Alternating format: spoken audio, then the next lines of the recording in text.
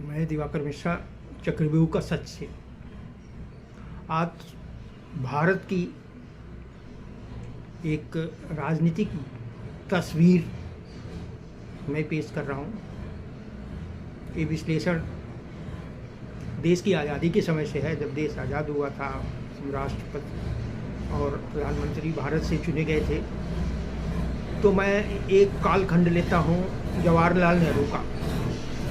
जिस स्थिति में भारत मिला था, उस स्थिति में भारत के सामने, जवाहरलाल नेहरू के सामने तमाम चुनौतियां मुंह फाड़े खड़ी हुई थी। देश को अंग्रेजों ने बदहाल सूरत में छोड़ा था। देश के पास रोटी, रोजगार, सृजन कुछ भी नहीं था। सब कुछ लेके गए थे। आज जिस स्थिति में पहुंचे हैं,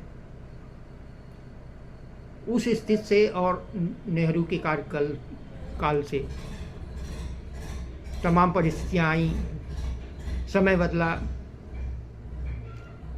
राजनीतिक परिवेश बदला, राजनीतिक जो पुरुष थे वो बदले, शासन बदले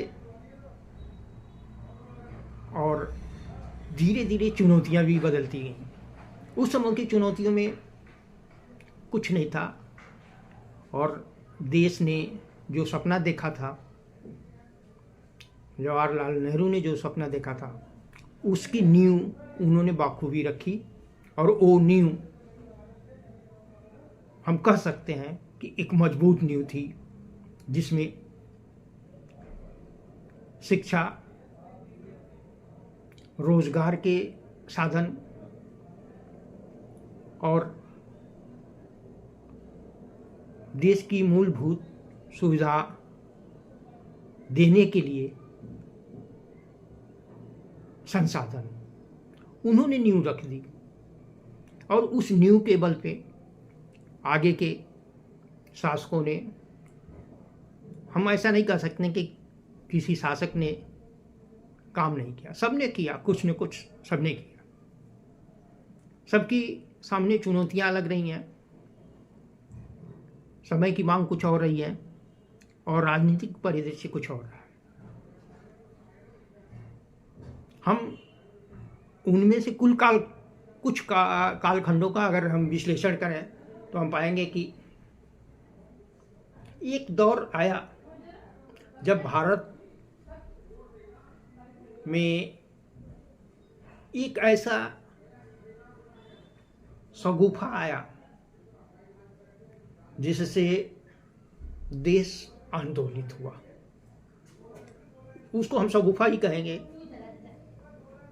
और वो बीच खंड की राजनीति थी, जब मंडल और कमंडल आया। अंग्रेजों के विभाजन के बाद अंग्रेजों ने जो भारत को विभाजित देश दिया था,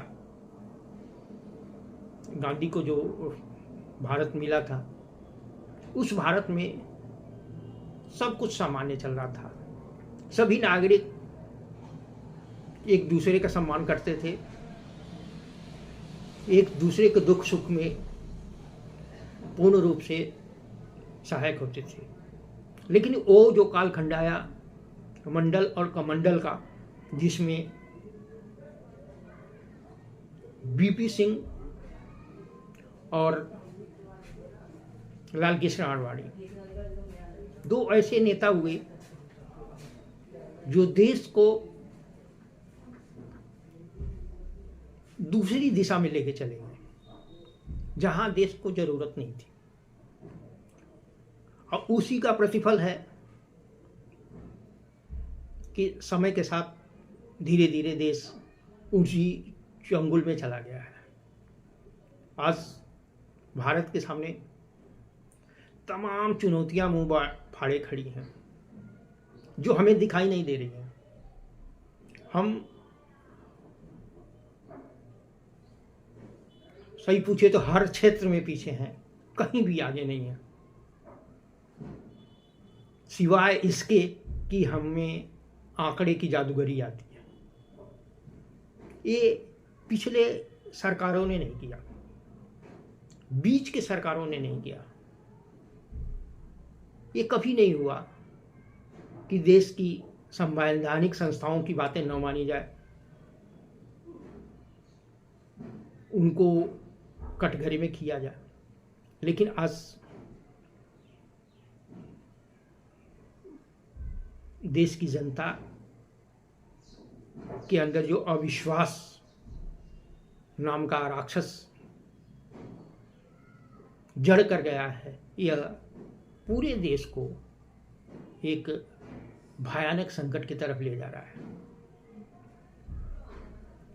ये संकट हर तरह का है, राजनीतिक है, आर्थिक है, सामाजिक है।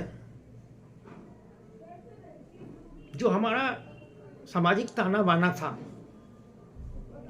वो छिन्न भिन्न हो चुका था, छिन्न भिन्न हो चुका है। इस समय ब्राह्मण ठाकुर को देखना नहीं चाह रहे हैं, दलित सवर्ण को देखना नहीं चाह रहे हैं, ओबीसी को दलित नहीं देखना चाह रहे हैं। एक अजीब सा वातावरण है। और इतना ही नहीं, जिस राष्ट्र की पूंजी धर्म थी, उस धर्म में भी विभाजन हो गया है। हमारा राम तुम्हारा राम, हमारा भगवान तुम्हारा भगवान। और ये देश को किस स्थिति में ले जाएगा, ये समय बताएगा।